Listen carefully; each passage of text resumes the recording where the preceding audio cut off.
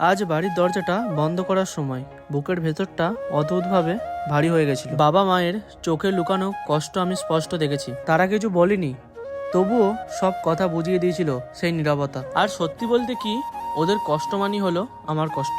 4 মাসের জন্য বাড়ি ছেড়ে জয়পুরে যাচ্ছি। শুধু একটা শহর বদলাচ্ছে না, বদলাচ্ছে আমার প্রতিদিনের অভ্যাস, আমার নিরাপত্তা, মায়ের হাতের খাবার, বাবার সেই পরিচিত প্রশ্ন, ঠিকঠাক পৌঁছেছিস তো? আর আমি জয়পুর যাচ্ছি আমাদের কলেজ থেকে 4 মাসের একটা ইন্ডাস্ট্রিয়াল ট্রেনিং কমপ্লিট করার জন্য। তারপর আমি আর আমার একটা পাশের গ্রামের বন্ধু দুজন মিলে বেরিয়ে পড়লাম স্টেশনে যাওয়ার জন্য। আর চলে এলাম বাংলাপাড়া স্টেশনে। তারপর এখান থেকে আমরা টিকিট কেটে নিই। আর তোমাদেরকে আমি বলে রাখি, আমরা এখান থেকে যাব শিয়ালদায়, কারণ আমাদের মেন ট্রেন আছে শিয়ালদা থেকে রাত 11টার সময়। তারপর বসে বসে ওয়েট করছিলাম ট্রেনের জন্য। তারপর ট্রেনে উঠে পড়ি আমি আর আমার বন্ধু। তারপর ট্রেনের হালকা সিমসিম হাওয়া খেতে খেতে চলে এলাম শিয়ালদায়। আর এই বন্ধুটাও চলে এলো শিয়ালদায়। সব স্বপ্ন আরামের বিছানায় শুয়ে পূরণ হয় না বন্ধু, কিছু স্বপ্ন পূরণ করতে হলে ঘর ছাড়তে হয়। ঘড়ির কাঁটায় তখন হয়ে গেছিল 7টা 57। তো আমরা এখন চলে এসেছি শিয়ালদা স্টেশনে। আর আমাদের শিয়ালদা থেকে রাত 11টার সময় ট্রেন আছে, আজমির সুপার ফাস্ট এক্সপ্রেস। আর আমাদের এখন ক নম্বরে ট্রেন আসবে কিছু এখনো বলিনি, তো দেখি ক নম্বরে ট্রেন আসে না আসে সেটা তোমাদের জানাবো। আর দেখা হচ্ছে আবার ট্রেনে উঠে, বাই।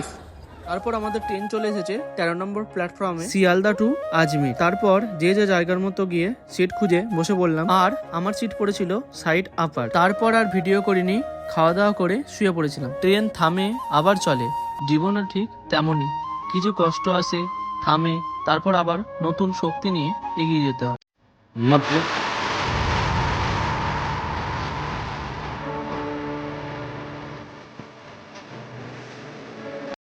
আর ট্রেনে জানলা বসে বসে একটু মনটা খারাপ করছিল, কারণ অনেকদিন পর আবার বাড়ি ছেড়ে দূরে কোথাও যাচ্ছি। এটা রঞ্জিত, এটা রূপম, এটা মুমিন, এটা সুপ্রদীপ।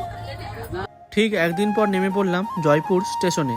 সময় তখন বাজে রাত 12:30। তো গাইস, আমরা এখন চলে এসেছি জয়পুর স্টেশনে। আর জয়পুরে এত পরিমাণ ঠান্ডা, মানে তোমাদের বলে বোঝাতে পারবো না। আর জয়পুর স্টেশনটা দেখো কত সুন্দর, তোমাদের দেখাচ্ছি। দেখো দেখো, খুব সুন্দর স্টেশন, দেখতেই পারো।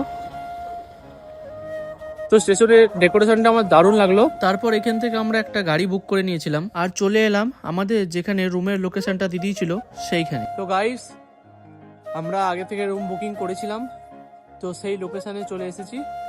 আর রাজস্থানে এত পরিমাণ ঠান্ডা তোমাদের বলে বোঝাতে পারবো না। আর দেখো চারিদিকে সব বন্ধ, আমরা এই কটা বন্ধু মিলে এখানে দাঁড়িয়ে আছি লাগেজ পাতি নিয়ে এক অচেনা জায়গায়। আর এটাই হচ্ছে আমাদের হোটেল যেখানে আমরা রুমটা বুকিং করেছিলাম। আর সবাই মিলে এত লাগেজ নিয়ে এসেছি, মনে হচ্ছে সংসার যেন গুছিয়ে নিয়ে এসেছি। আর আমাদের রুম দিয়েছিল একদম টপ ফ্লোরে। আর এটাই হচ্ছে আমাদের রুম, খুব ভালো না আবার খুব খারাপও না, মোটামুটি ঠিক আছে। আর আমাদের রুম থেকে আমরা যে হোটেলে ট্রেনিং করব এটাই হলো সেই হোটেলটা, বেশি দূরত্ব নয়, মাত্র 2 মিনিট। আর সারাদিন জার্নি করে এত টায়ার্ড হয়ে গেছিলাম, তারপর আর ভিডিও করতে পারিনি, শুয়ে পড়েছিলাম। তো গাইস, আমরা রুমে পৌঁছে গেছি। আর এটা হলো আমাদের রুম, দেখো। আর এটা হচ্ছে ওয়াশরুম, লাইটটা জ্বালা। এটা হচ্ছে ওয়াশরুম, খুব খারাপও না খুব ভালোও না, মোটামুটি ঠিক আছে। গাইস, আমরা এখন আছি জয়পুরে। আর কালকে রাতে আমরা এখানে এসেছি 1টার সময়।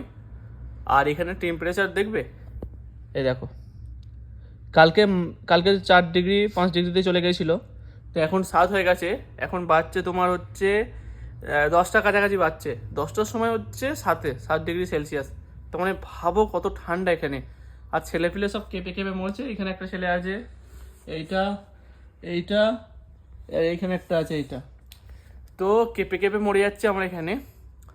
আর এটা হলো আমাদের হোটেলের ছাদ থেকে বাইরের ভিউ, চারিদিকে শুধু পাহাড় আর পাহাড়। আর ব্লগটাকে বেশি দূর নিয়ে যাব না, এইখানেই শেষ করছি। তো ভিডিওটা তোমাদের কেমন লাগলো অবশ্যই কমেন্টে জানাবে। আর যদি ভিডিওটা ভালো লেগে থাকে তাহলে অবশ্যই একটা লাইক করে দেবে।